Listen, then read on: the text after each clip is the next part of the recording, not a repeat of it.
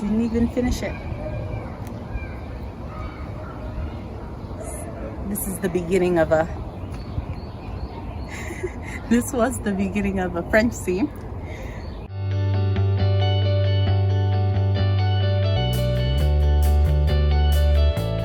I have said for a long time that I want to revisit this top that I started making in my red collection in 2021 that is unfinished.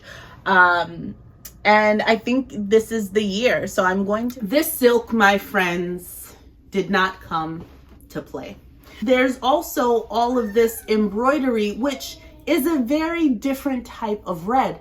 And then when I placed it on top of this silk, I was like, Fatmata, I think with that sheen, with that gorgeous, I think they go together really well. So my thought is to draw inspiration from this blouse and to make something really similar. All right, so I am cutting out or preparing the pattern piece for B6664. Originally, I've cut out view A, and this time I don't want to have a yoke and then have to attach it, which is what the red lace top currently is made up of. I just want it to have this like view C and D. So just sort of a swing top, if you will. However, I want the neckline to go up sort of in my sketch here where I have it's originally like that, and I want the neckline to be higher. So what I did when I was cutting out, and hopefully you can see this, when I was cutting out pattern piece for view C and D, as you can see, it has that V-neck here. However, because the back will have a closure, so they have the sort of button closure, I know that I can raise the neckline. So what I did before I cut it, was lay the yoke front piece from view A that I have, and I matched up the shoulder notches, I matched up the areas around the arm side and got that really, really perfect, and then made sure that it aligned to the center front. And before I cut into this fabric, I just sketched in that line to mimic the yoke front. Instead of using the facing for the V-neck, I would just use the yoke front, and this is the center front seam. So as you can see, if I match those up, it would work. Of course, for the purposes of the top, the red lace top, I wouldn't necessarily be using a facing. I would be using the silk and cut an entire sort of shirt as well. And that's how I'm going to finish off the neckline. I'm just going to sort of have a lining, if you will, of the silk. So I'm really, really excited that I did that, sort of transferred it, because I think in the long run, I probably would never make the V-neck intentionally. And this just gives me the option for exactly the kind of neckline that I want. And when I use a fabric that would actually require more of a facing, or maybe even bias binding if I really want to, but I could just go with the facing. So that is awesome. So my plan now is to unpick, or really, I think what I'm going to be doing is just cutting into the lace, like cutting it out. I probably will, I have to figure out all these. See all that beautiful French seaming? So I have to decide, like, lay the pattern pieces out and see if I could get away with just cutting it out of what's here without having to get all up into this French seams, but I'm just going to need to separate it from the lining. That's the first step, I think. So a little bit about what I'm doing here. I've gone ahead and used the waistline guide that they put, and on the back side, making sure that I match up the center fold and fold back the excess pattern piece here. I'm going to go ahead and cut this and make sure that the scalloped edge is right along that waistline seam like this. And that's how I'm going to cut these out. I did the same for the front. I'm gonna line it up here on my grid lines. I'm gonna go and lay that here, across the bottom. Oops, almost. I'm cutting right into, oh boy, I'm almost there. Let me move it, shift it down a little bit, and I think I'll get it. Oh, we might actually make this work, guys. I'm so excited. Okay, so as you can see, I'm cutting it a little bit close right here in this section. So my hope is that I can get it right under the arm, the original armhole, and still have enough. All right, so what I have here is the back yoke from the original piece that I cut. The issue is I know I have extra lace because I recorded the video and I showed it to you all, but I cannot find it for the life of me. So I am like trying to squeeze out this sleeve cap as much as I can out of this. It is going to have that center, that French seam line here, but oh well. And I'm going to do my best to cut it out of here.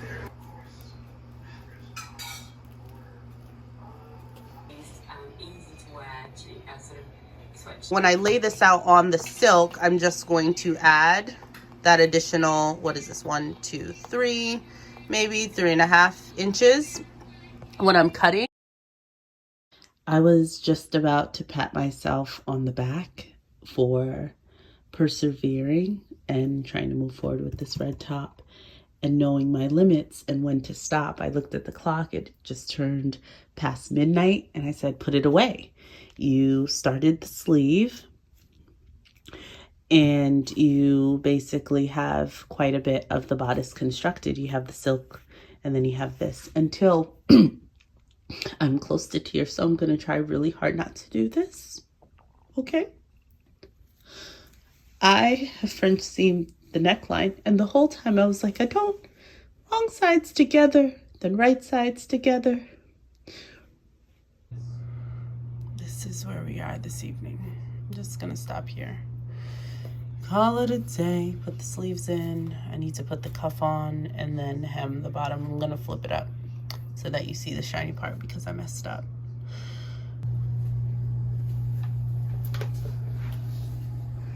All right, so this is how I left my sewing space before I left for Pittsburgh. I was working on the red top, as you can see. All right, friends, so here's the red lace top in its current state. As you can see, the luster on top of the sleeve. You don't have that same luster on the lining here.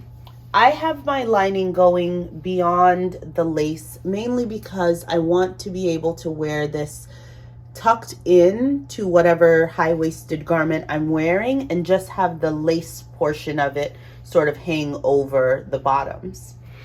Now, it was my intention to have the same luster, the right side of the fabric basically be showing, but I don't know that I've ever done a French seam where it would be the right side and then you see the right side. So I sewed the lining to the lace fabric with a French seam, but I had not considered that it would then mean that the wrong sides would be facing, right?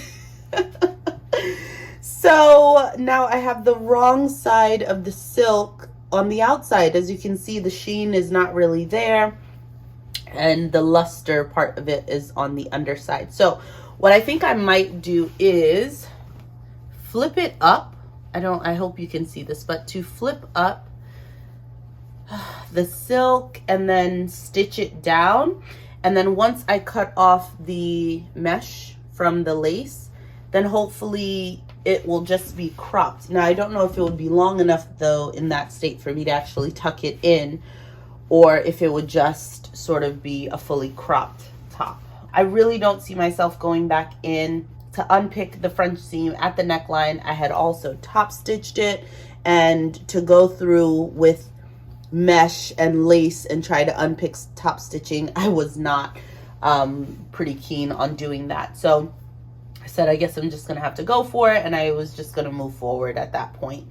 I think in my last video, I was talking about the fact that I feel like I'm a slow sewist, like I don't sew fast, or things don't get made fast at least.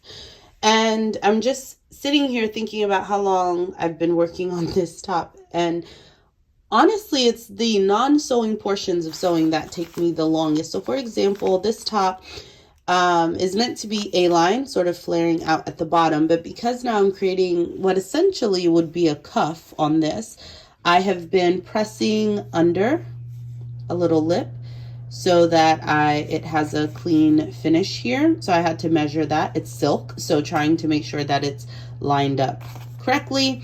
And then to make sure that I taper in that A-line, I'm trying to, you know, figure out how I need to take it in from where the indent is, from where I'm going to cuff it, and then take that out so that when I flip it over, there isn't excess fabric pooling at the side seams. And making sure that as the lace lays over it, it's an even line, it doesn't sort of dip low and all of that. So I think I finally have it the way that I want, and will now take it over to the sewing machine to get started. But I do recognize that oftentimes if I'm making something sort of from scratch, that adds time because I'm constantly stopping to think about what I need to be doing next, especially if I'm deviating from the actual pattern. And then of course when I need to pivot because things like this go wrong, where I wasn't intending to have to do something like this, but now I need to create a cuff, which is why I hadn't originally cut the fabric to be straight down instead of at the A-line. So I think all of those sorts of things definitely lead to what makes sewing a bit more time consuming for me. But at the end of the day, you know, I challenge myself and I get to make fabulous things that I love. So at the end of the day, I think because I'm getting to challenge myself, make beautiful things that I love and that fit, and I am working with what I have, I think it's worth it. But it definitely does not make it any faster. But I just tried to shear this, and I think my tensions are not set right, obviously, but look at how wide it is. So the original width of it, and I have the original part here, was this size, and this is how much it sheared it. It didn't do anything. So I think my tensions on my Burnett are not correct for this, but I had to rewind the bobbin like 3 times, and it had a lot of puckering and gaping here. So I'm really unsatisfied, and I don't know if I want to take the time to figure out how to actually fit the tension. And the sleeves are long-ish enough, right? Like they kind of come a bit at my wrist. I would need to either cuff, you know, hem this, so it would raise a little bit, but I don't know, there's a bit of elegance, I think, that comes with having it just flared instead of trying to cuff it, like put it into a sheared thing. I don't know if I don't like it. I can't tell how I feel about it. Done here, look through all of my thrifted buttons, trying to find a closure for, ooh, what's that? Those are cute. A closure for this. I just need one, so I'm hoping to get, this is a good set, but I would save something like this for a full shirt. Pink. Some other options. I just need, ooh. There it is. And just one. All I need is one for the back closure. Perfect. And we finished the red lace top. This was a part of my red collection many moons ago, last year, and I am so happy to finally have it complete. Here I'm floating. I wanted to post a reveal of the making of the red top and my petal skirt, and realized that I don't have any photos in them, any like done photos. So we're back out like we did with the yellow dress, and hopefully I can show you these soon. Bye.